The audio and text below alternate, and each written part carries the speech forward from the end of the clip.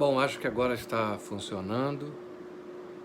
Meus queridos irmãos, é uma honra mais uma vez estarmos aqui para falarmos nesta casa, Centro Espírita Luz e Caridade Allan Kardec, agradecidos pelo convite, e que possamos pedir a Jesus e os bons espíritos que nos assistam nesse instante, para que de nossa boca saiam palavras de amor, de conforto, de paz, de tranquilidade, e que possamos ser dignos de falar de Jesus.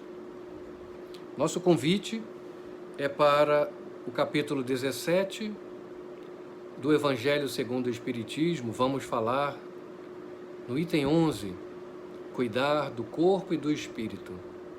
Nesse capítulo é onde se aborda sede perfeitos.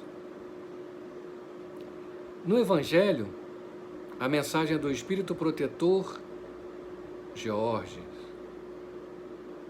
Paris, 1863. Vamos ler então aqui uma parte, um trecho, a gente discorre um pouco e tenta entender essa lição maravilhosa. Começa assim: consistirá a perfeição espiritual na maceração do corpo? Para resolver esta questão, apoio-me em princípios elementares. Começo por demonstrar a necessidade de cuidar do corpo, que, segundo as alternativas de saúde e doença, influi sobre a alma de maneira muito importante, pois temos de considerá-la como prisioneira na carne. Para que esta prisioneira possa viver, movimentar-se, até mesmo conceber a ilusão da liberdade, o corpo deve estar disposto e vigoroso, sadio.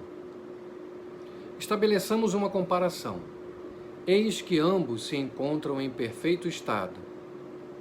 Que devem fazer para manter o equilíbrio entre as suas aptidões e as suas necessidades tão diferentes? O embate entre eles parece inevitável e difícil chegar-se ao segredo do equilíbrio. Ora, essa mensagem inicial aqui de Georges, o Espírito Protetor, ela é bem profunda, porque ela nos aborda sobre cuidar do corpo e do espírito, e fala dessa palavrinha alma, que o nosso querido Allan Kardec, no início do livro dos Espíritos, discorre sobre a diferença entre espírito e alma, que nós não podemos apenas classificar como a alma é o espírito encarnado e o espírito é a alma desencarnada. Tem algo além disso. E aqui nessa mensagem ele nos remete a esta lembrança. O corpo influi sobre a alma de maneira muito importante. Daí a grande diferença entre alma e espírito. O espírito está liberto da influência direta da matéria, não da influência indireta, mas direta porque ele está preso quando encarnado.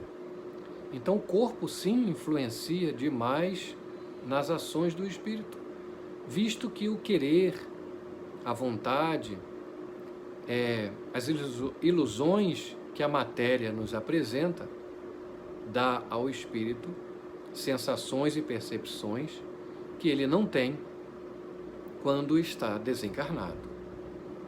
Então é importante este entendimento para que a gente valorize e cuide muito bem do nosso corpo, pois ele é o instrumento que auxilia o espírito na sua evolução. Como nossas vestes, precisamos cuidar das roupas que nós vestimos, porque elas nos auxiliam no nosso dia a dia. Quando ele fala que o embate entre o corpo e o espírito parece inevitável para que se chegue a um equilíbrio, eu pensei aqui numa balança e fiz o desenho de uma balança, imaginando que de um lado e do outro lado nós possamos colocar os itens que vão ser medidos por esta balança. De um lado coloca-se um item, ela tende e tomba para o lado. Do outro lado você também precisa colocar outros itens para que ela chegue ao equilíbrio. Vamos imaginar então, eu pensei assim, se do lado eu colocar o materialismo, do outro lado, para compensar, eu coloco o espiritualismo. Se de um lado eu coloco o excesso de carinho, de zelo, de cuidados, do outro lado tenho a falta de carinho, de zelo, de cuidados. Se de um lado eu tenho o dia, do outro lado eu tenho a noite. Se de um lado eu tenho a terra, do outro lado eu tenho o mar. Se de um lado eu tenho a floresta, do outro lado eu tenho a cidade. Então esse contraponto é importante para que a gente veja da seguinte forma: não adianta tender só para um lado, querer que a vida seja só de uma forma. Precisamos buscar esse equilíbrio. E aí nesse raciocínio eu entendi assim: o equilíbrio é o amor, o equilíbrio dos sentimentos, o equilíbrio das emoções, o equilíbrio entre materialismo e espiritualismo é a sabedoria. O equilíbrio entre o zelo, o carinho e o cuidado é a saúde. Então precisamos saber dosar a nossa vida. E aí nós entendemos um pouco a função do Espiritismo, de ser esse consolador.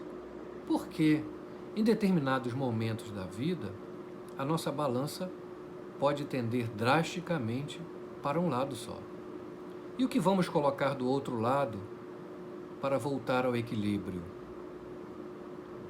Certa vez, podemos ser acometidos por uma doença muito grave, incurável até. Isso vai fazer a nossa balança da saúde tender para um lado. O que fazer para o outro lado? Buscar na medicina, buscar na biologia, aqui na Terra, todas as condições possíveis para restabelecimento de nossa saúde. Devemos sim, temos esse direito de buscar a cura do nosso corpo. O Espiritismo não traz o conceito de karma, que é o conceito em que, se você trouxe uma doença, que ela pode ser pregressa, ninguém deve tocar na sua doença e você deve levá-la até o fim. O conceito do Espiritismo é de responsabilidade. Se isso nos acomete, muitas vezes pode ser para nos testar. Aliás, no Livro dos Espíritos, eles respondem para Allan Kardec que a maior parte dos acontecimentos de nossa vida atual estão relacionados a causas atuais. Pouco nós trazemos da vida passada, como às vezes muitos de nós imaginamos. Eu diria que 90% do que acontece em nossa vida atual tem como origem nossas vontades, desejos e escolhas da vida atual. Quando nós trazemos algo da vida passada, como disse Chico Xavier, Deus nos permite pagar, saldar uma dívida contraída em alto grau, em parcelas bem pequenas, para que sejamos capazes de saldá-las. Então nós traremos sim algumas responsabilidades de nossa vida pregressa, com o objetivo de sanar-nos gradativamente na vida atual. Olha que interessante, eu encontrei um pouco sobre a história de Buda. Siddhartha Gautama, que ele nasceu entre 560 e 563 a.C., na cidade de Lumbini, norte da Índia, que hoje é o Nepal. Ele foi filho de um rajá, possuidor de 3 palácios e muitos bens materiais, como era costume na época. Casou-se aos 16 anos, tudo programado pela família, e viveu uma vida de nobreza. Fora criado, rodeado por essa riqueza, longe dos acontecimentos do mundo, das pobrezas, das doenças que se alastravam do lado de fora dos muros daquele palácio. Mas mesmo tendo uma vida aparentemente maravilhosa, algo incomodava o coração de Siddhartha Gautama. Ele sentia que faltava algo. E aos 29 anos de idade, resolveu sair do palácio para conhecer o reino. Isso a contragosto do pai e a contragosto da família real, que não queria que ele se envolvesse naquele mundo externo. Mas apesar dos seus esforços, dos esforços do seu pai, ele saiu e foi conhecer a cidade, foi conhecer o mundo ao redor. Nesse momento, ele teria visto um velho caído na cidade, doente. Avistou outra pessoa com o corpo já em decomposição, muito magro, pedindo esmolas. Viu pessoas passando privação. E aquelas cenas o impressionaram. Foi quando ele resolvia perguntar ao seu cocheiro o que estava acontecendo. E o cocheiro iria contando para ele sobre os fatos da vida, sobre as dificuldades pelas quais as pessoas passavam, as privações. Fora daquele palácio, o mundo era diferente. Muitas pessoas não tinham o que comer em casa, se sacrificavam pelo alimento. Outros passavam por privações, doenças, não tinham medicação, ou médico, ou a quem socorrer-los. Essas dificuldades tornavam a vida muito diferente. Crianças maltrapilhas, mal cuidadas, por dificuldades pelas quais as famílias passavam. Essas visões deprimiram e marcaram profundamente. E ele resolveu mudar de vida. Voltou para o palácio, conversou com sua família, resolveu largar tudo e seguir uma vida ao redor daquele mundo, como se fosse uma vida de asceta, que era aquela filosofia na qual certas práticas se realizam visando o desenvolvimento espiritual, cuidando, reduzindo a alimentação, renúncia aos prazeres mundanos e a austeridade para encontrar a purificação da alma. Ele seguiu nessa vida, encontrou 2 mestres que o aceitaram para ensinar e passou 6 anos em uma vida de meditação e ascetismo. Mas ele foi ficando fraco, sem forças para nada. Conta-se que certa vez, caminhando próximo de um daqueles rios, Rio Ganges, ele quase se afogou quando tentava beber um pouco de água, porque estava muito fraco. Foi ajudado pelas pessoas que passavam, sentou-se, refez-se, e nesse momento ele avistou um pequeno barco. Conta-se que nesse barco estava um músico que afinava o seu instrumento. E ele foi esticando a corda até o momento em que a corda arrebentou. Ali, Siddhartha Gautama teve um insight maravilhoso. Ele percebeu que na vida tudo precisa ter um equilíbrio. A corda do instrumento frouxa, ela desafina. A corda do instrumento muito apertada, ela pode arrebentar. Então, nada de extremo. O equilíbrio está no centro. E foi aí que ele desenvolveu o caminho do meio. Voltou para os seus mestres e resolveu agora seguir uma nova vida, ensinando a sua filosofia. A partir deste instante de iluminação, ele chegou ao estado nirvana, se tornou Buda, o iluminado. E a partir daí, começou a ensinar e pregar que devemos cuidar do corpo e do espírito, sim. Levar uma vida de equilíbrio, uma vida em que nós possamos entender que a nossa vida aqui na Terra, ela é importante para essa jornada que passamos.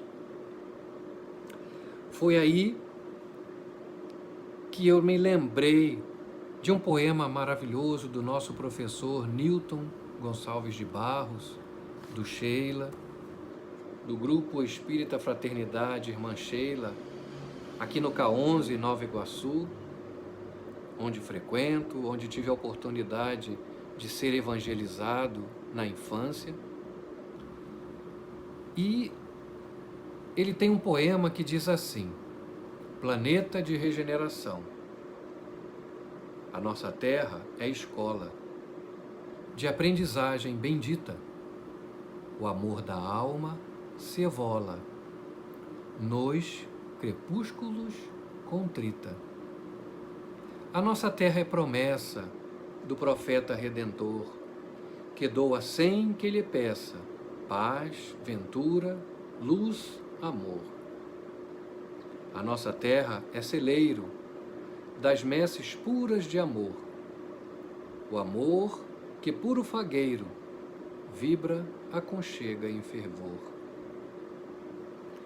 Se vocês me permitirem, eu vou tentar cantar um pouquinho. Ele é mais ou menos assim. A nossa terra é escola de aprendizagem bendita. O amor da alma se evola nos crepúsculos contrita. A nossa terra é promessa do profeta redentor, que doa sem que lhe peça paz, ventura, luz, amor. A nossa terra é promessa do profeta redentor, que doa sem que lhe peça paz, ventura, luz, amor. A nossa terra é celeiro das messes puras de amor. O amor que puro fagueiro vibra, aconchega em fervor. A nossa terra é promessa do profeta redentor, que doa sem que lhe peça paz, ventura, luz, amor.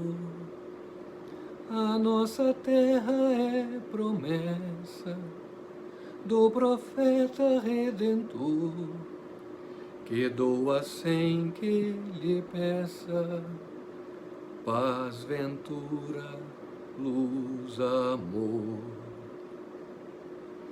A forma como encaramos a nossa terra, seja uma escola, uma unidade de trabalho, um hospital, um celeiro ou uma prisão,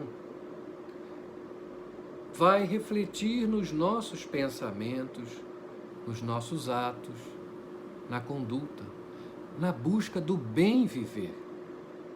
E bem viver é importante. Jesus, em Mateus capítulo 11, versículos 11 a 19, eu retirei esse trecho, que diz assim: Em verdade vos digo que entre os que de mulher têm nascido, não apareceu alguém maior do que João, o Batista. Mas aquele que é o menor no reino dos céus é maior do que ele. E desde os dias de João, o Batista, até agora, se faz violência ao reino dos céus, e pela força se apoderam dele. Porque todos os profetas e a lei profetizaram até João. E se quereis dar crédito, é este o Elias que havia de vir. Quem tem ouvidos de ouvir, que ouça. Mas a quem assemelharei esta geração? É semelhante aos meninos que se assentam nas praças e clamam aos seus companheiros, e dizem assim: Tocamo-vos flauta, e não dançastes. Cantamo-vos lamentações, e não chorastes. Porquanto veio João, não comendo nem bebendo, e dizem: tem demônio. Veio o Filho do Homem, comendo e bebendo, e dizem: eis aí um homem comilão e beberrão, amigo dos publicanos e pecadores. Ora, tirando este trecho aqui, onde Jesus fala que João foi um grande aqui na terra, anunciado pelos profetas, levou uma vida simples, austera, se dedicou ao batismo, a levar a palavra, se alimentava de gafanhotos, água, sal, alimentos leves, folhas. E todos reclamavam dele a si mesmo. Já Jesus mostra para a gente uma forma de viver mais saudável, em que ele se reunia sempre com o povo e todos se alimentavam, dividiam os pães e dava para todos, os peixes, o vinho. Sempre levava seus discípulos a visitar a casa de publicanos ou de pessoas que tinham condições melhores de vida, e todos se alimentavam bem. Porque Jesus vivia o bem da vida, o melhor da vida. Ele nos ensinou isso. É importante viver bem, saber viver, saber alimentar o corpo e principalmente a nossa mente, o que nós pensamos, o que carregamos conosco. Essa é a parte difícil, não é? Complicada. O que esperamos então para viver bem?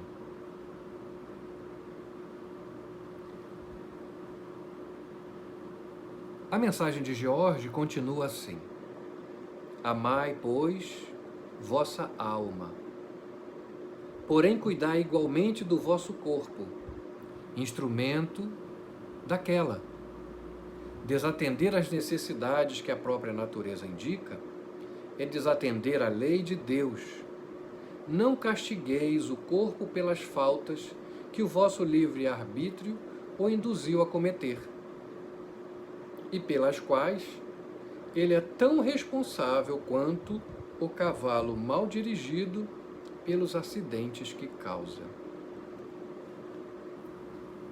Ora, aqui ele diz muito diretamente que o nosso corpo é conduzido por nós. Nós é que devemos cuidar do corpo com a nossa inteligência e a nossa sabedoria. Fomos buscar Emmanuel no livro da Esperança, no capítulo 53, onde ele nos ensina assim: teu corpo, tua bênção maior. Auxilia-o com diligência, para que ele te auxilie com segurança. Educa-o para que te apoie a educação necessária. O corpo é uma cabine de comando, consegues manejá-lo, expedindo ordens e sugestões que remodelam o pedaço de globo que respiras. Como uma talhadeira, burilas com ele a matéria densamente concentrada, a fim de convertê-la em amparo e alegria. Como uma pena ou uma caneta, utilizas-te dele para grafar as concepções que te fulguram no cérebro, assimilando a inspiração das esferas superiores. Como se fosse uma lira, podes tanger-lhe as cordas do sentimento e compor a melodia verbal que se faça jubilosa renovação naqueles que te escutam. Como se fora um santuário, fazes dele o templo da emoção, aurindo forças para sonhar e construir, ou formar o jardim de família em que te situas os filhos do coração. Teu corpo, tua bênção. A quem o acuse pelo golpe da criminalidade ou pela demência do vício, como se o carro obediente devesse pagar e a embriaguez ou pelos disparates do condutor. E existem ainda aqueles que o declaram culpado pelos assaltos da calúnia e pelas calamidades da cólera, qual se o telefone fosse responsável pela malícia e pelos desequilíbrios dos que lhe menosprezam e injuriam a utilidade. Considera que o corpo te retrata a inteligência em desenvolvimento no planeta. Inteligência essa que no seio da Terra é semelhante ao filho em promissora menoridade, no engenho divino. Lendo essa lição, me veio a imagem aqui de um carro todo amassado. Imaginemos um acidente, um carro todo amassado. O carro tem condição de ir sozinho e se amassar e se acidentar?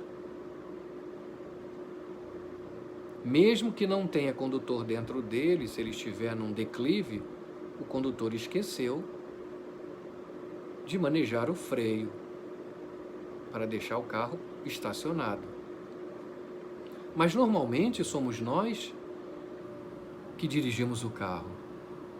E se ele está amassado, destruído, sujo, a responsabilidade é nossa.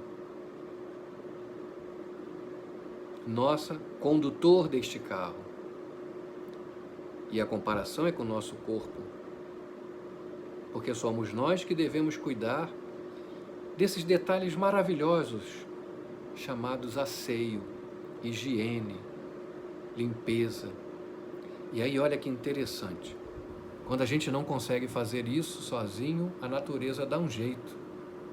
Estamos passando por um momento em que a higiene é muito importante. Nesta pandemia, aprendemos a lavar as mãos adequadamente, usar o sabão, o sabonete, o detergente, a higiene com álcool 70. Mais importante é a higiene de lavar corretamente as mãos, o rosto, o banho. Ao chegar da rua, tomar o banho, o asseio, antes de deitar em nossa cama, em nossas cadeiras, nosso sofá, ou sentar no chão, deixar do lado de fora o chinelo, o sapato, limpar o solado. Quanta coisa a gente já sabia que tinha que fazer, agora somos obrigados. E olha que fantástico, daqui a pouco isso vai ficar introduzido em nossa consciência e faremos, sem perceber, um salto de evolução na nossa higiene por necessidade. O vírus veio ensinar isso a gente. Da mesma forma, como Emmanuel fala do telefone, o telefone não pode sozinho dizer injúrias contra nós. Tem alguém do outro lado nos ofendendo, ou nós ofendendo alguém através do telefone. Aí remete aos cuidados da mente. Nós é quem temos que cuidar sobre esses sons que nós emitimos, as palavras, a cólera, a ira, a revolta, as ofensas que nós pronunciamos ou pensamos contra outrem. É a higiene mental. Então temos a higiene do corpo e temos a higiene mental. Temos o alimento do corpo. Tudo que tem na terra é lícito, mas nem tudo nos convém. Sabemos o que podemos e vamos aprendendo. Ok, tudo bem que algumas vezes a ciência se equivoca dizendo que um alimento é bom, o outro é prejudicial, mais tarde o outro que era prejudicial fica bom, no caso do ovo, da manteiga e tantos outros. Mas nós vivemos nesse mundo, vamos aprendendo com ele. O importante é não exagerarmos. Tudo aquilo que a gente faz em exagero é prejudicial. Então vamos tomar conta desse exagero. E isso aqui me lembra a outra passagem que diz assim: Jesus, em Mateus capítulo 6, versículo 22, a candeia do corpo são os olhos, de sorte que se os teus olhos forem bons, todo o teu corpo terá luz. Nós olhamos, nos encantamos. Algumas vezes desejamos além da conta. Então vamos tomar cuidado com essa candeia de luz que nos foi permitida utilizar aqui na Terra, os olhos. Os olhos nos fazem ver comidas deliciosas, mas temos que saber a dose correta. A vontade é nossa. Observar o que é do próximo e não desejar aquilo, como já nos ensinou nos 10 mandamentos. Os olhos devem ser luzes, como a candeia, para iluminar, para ver paisagens belas, para ver o mundo de forma maravilhosa e nos sentirmos participantes desse mundo. Ajudar nessa transformação. Por isso, a mensagem do nosso querido Jorge continua assim: sereis porventura mais perfeitos, se martirizando o vosso corpo, não vos tornardes menos egoístas, nem menos orgulhosos e mais caritativos para com o vosso próximo? Não. A perfeição não está nisso. Está toda nas reformas, porque fizerdes passar o vosso espírito. Nós temos notado muitas pessoas buscando a meditação, buscando formas alternativas de viver bem. Isso é importante. Mas que ela não seja apenas temporária, que ela possa entrar em nosso corpo, em nosso organismo, em nossa mente, para quando nós formos convidados a responder a uma blasfêmia, a uma ofensa, eu saio da meditação, pego meu carro tranquilo e vou retornar ao lar, tomo uma fechada e reajo de forma mal criada. Perdi a meditação. Ela serviu para aqueles momentos, mas ainda não penetrou em minha mente, em meu coração. é importante sim nos esforçarmos todos os dias. Não vamos ficar deprimidos por isso, em não acharmos que somos piores do que os outros.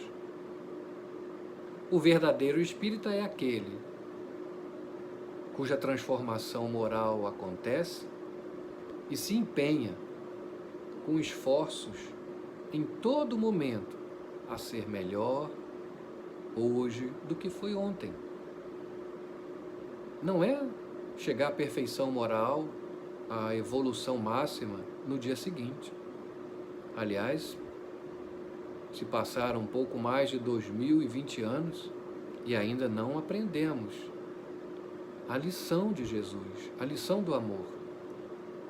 Já evoluímos bastante tecnologicamente porque aqui estamos, agradecendo a tecnologia para estarmos aqui juntos, neste bate-papo, neste entendimento, neste estudo, a respeito da lição de Jesus. E aí Emmanuel nos ensina mais uma vez no capítulo 54. Guardas a impressão de que resides de modo exclusivo na cidade ou na essência moras no corpo. As máquinas modernas asseguram facilidades enormes, mas valeriam muito pouco sem o concurso das mãos. Palácios voadores alçam-te às alturas. Na experiência cotidiana, você se equilibra nos pés. Os grandes telescópios são maravilhas do mundo, mas não teriam significado qualquer sem os olhos. A música é cântico no universo, mas passaria ignorada sem os ouvidos. Olha como o nosso corpo é importante, cada órgão, cada sentido. Imperioso saibas que manejas o corpo na condição de engenho divino que a vida te empresta, instrumento indispensável à tua permanência na estância terrestre. Quem já teve oportunidade de tocar algum instrumento, ele precisa de asseio, de cuidados. E muitas vezes nós relegamos esse cuidado quando vamos utilizá-lo. Ele precisa ser afinado mais uma vez. Isso leva um tempo. Então, algumas vezes nós abandonamos o nosso corpo. E quando queremos voltar à forma, à condição anterior, por termos exagerado no fumo, na bebida, no alimento, em prazeres, vai levar um tempo. Precisamos respeitar esse tempo também. Não te enganes com o esmero de superfície. Que dizer do motorista que primasse por exibir um carro admirável na apresentação, mas sentado, alcoolizado ao volante? Estimas a higiene, sabes fugir do empanzinamento com quitutes desnecessários. Justo igualmente eliminar o lixo moral de qualquer manifestação que nos exteriorize a individualidade e evitar a congestão emocional pela carga excessiva de anseios inadequados. Precisamos fazer higiene mental, higiene corporal. Sempre cuidado com a presença de um médico, nutricionista. Vamos buscar a ciência para nos assistir. A vida orgânica é baseada na célula. E cada célula é um centro de energia. Todo arrastamento da alma a estados de cólera, ressentimento, desânimo ou irritação equivale a crises de cúpula, ocasionando desarranjo e desastre em forma de doença e desequilíbrio na comunidade celular. Olha que importante, nós sabemos disso. Nossa vida orgânica, nosso corpo, é constituído de células.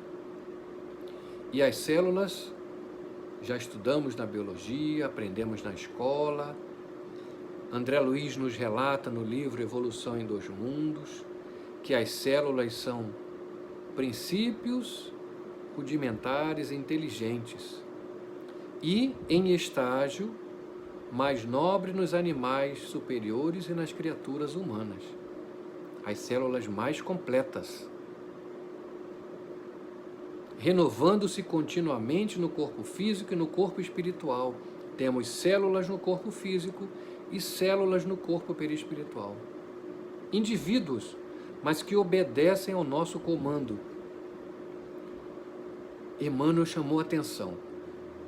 Todo arrastamento da alma a estados de cólera, a ira, quando eu estou com raiva, quando eu estou dizendo para o meu corpo que eu quero algo errado, nocivo, todas as células vão obedecer, porque elas fazem parte desta cúpula, como ele diz aqui, uma reunião de cúpula.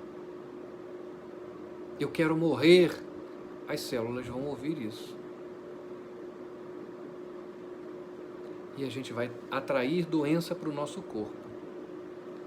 Vocês já notaram que a gente fala assim, a minha gripe, a minha dor da coluna, a minha dor de cabeça, a minha? É sua, você que quis.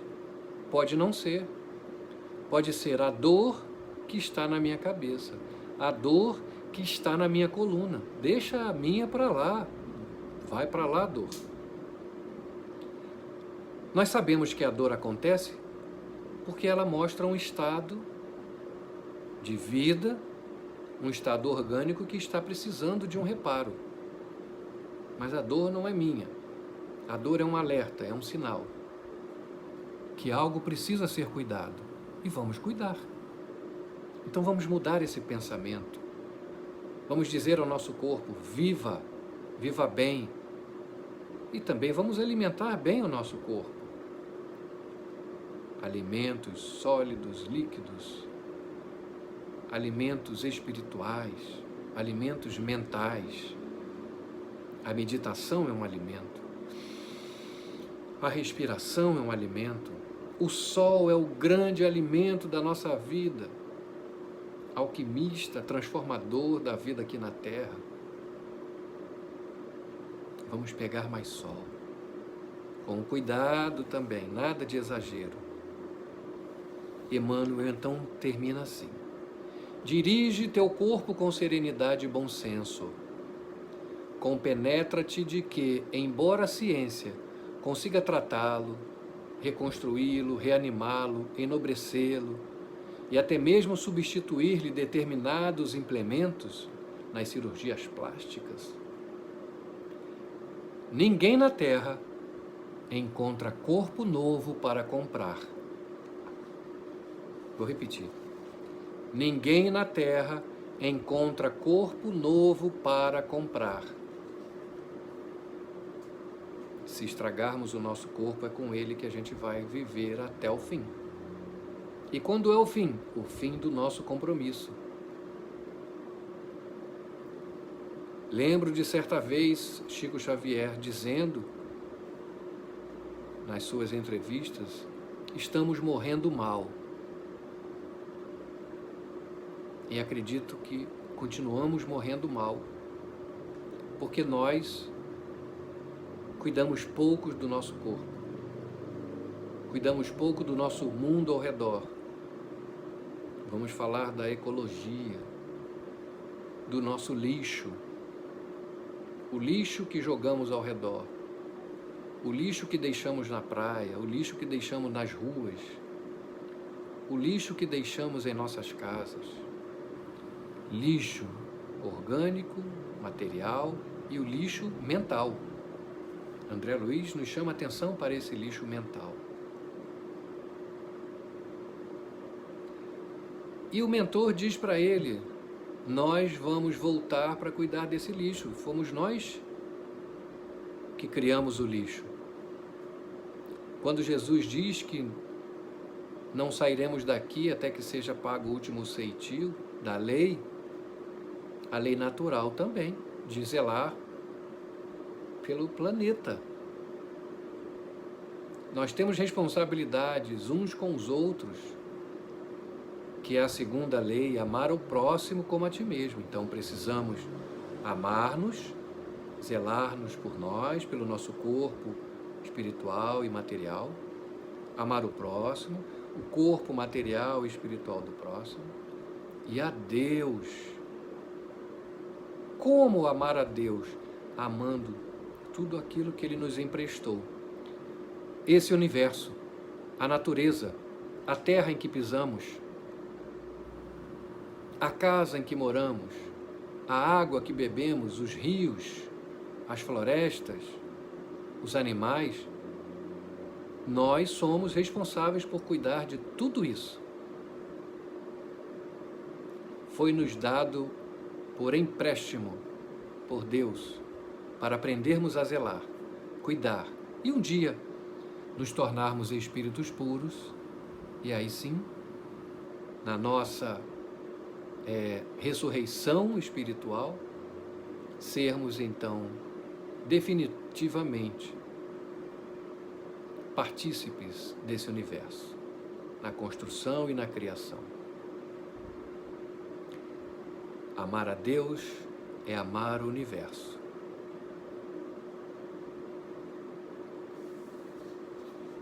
A nossa querida Alta de Souza deixou uma mensagem maravilhosa no livro Parnaso do Além Túmulo, chamada Mensagem Fraterna, em que ela nos remete a esse cuidado do corpo, do espírito, de Deus, da natureza. Uma mensagem que nós devemos guardar, colocar na cabeceira da cama e olhar para ela todos os dias, nos momentos de dificuldade, nos momentos de alegria também. Algumas pessoas colocaram a mensagem que a Maria deu para Chico Xavier, quando ele estava passando um dos maiores problemas de sua vida, em sua família. Emmanuel trouxe a mensagem. Maria disse para você, Chico, anote aí.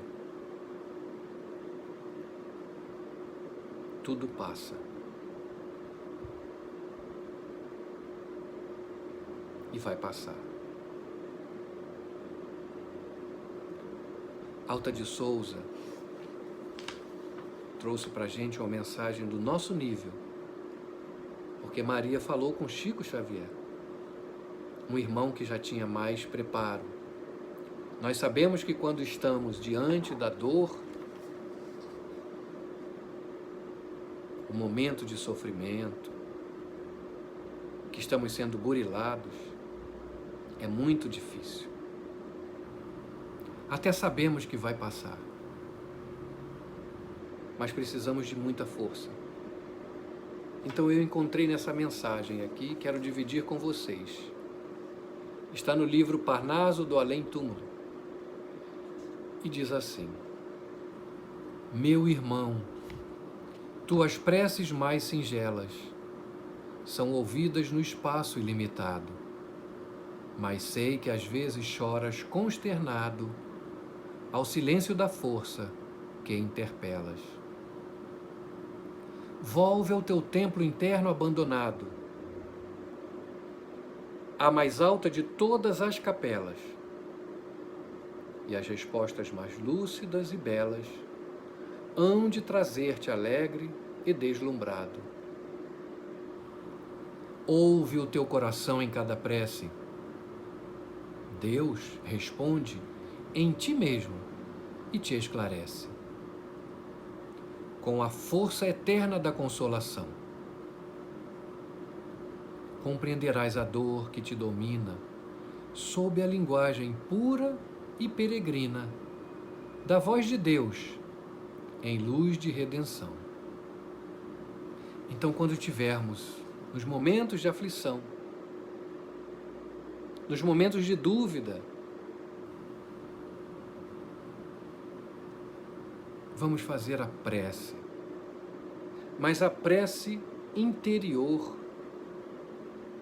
silenciando para dentro. Porque o reino de Deus está dentro de nós. E se o reino de Deus está dentro de nós, Deus habita em nós. Oremos a Ele. O nosso corpo sagrado, que é o templo interno, abandonado, que muitas vezes abandonamos, pois abandonamos Deus se Ele está lá dentro, nós abandonamos o nosso coração. Muitas vezes temos vergonha de nós mesmos, do ato que fizemos. Não devemos nos envergonharmos. Não precisamos. Estamos em fase de aprendizagem. Somos ainda crianças. Precisamos aprender que erramos. Aí sim vamos despertar para a maturidade. E vamos ouvir aquela voz silenciosa e forte, respondendo e esclarecendo as nossas dúvidas e as nossas súplicas. E vamos vencer. O outro não vencer a nós, vencer nossos desafios, nossos medos. Que esse Espiritismo consolador, que veio trazer para nós Jesus redivivo, com as suas mensagens mais claras, mais fortes, nos amparando a todo instante em que tropeçarmos. Vamos levantar de novo e caminhar. E se hoje eu não fui tão bom quanto eu esperava, me esforçarei amanhã. Sempre aprendendo. O que eu fiz? Como eu posso melhorar? Cuidar da mente, do espírito e do corpo. Que Jesus então nos abençoe. Abençoe a todos vocês, irmãos, que tiveram a paciência de ouvir, de crer, de sentir. Muita luz, muita paz. Que essa paz de Jesus seja presente em seu templo interno. Que assim seja.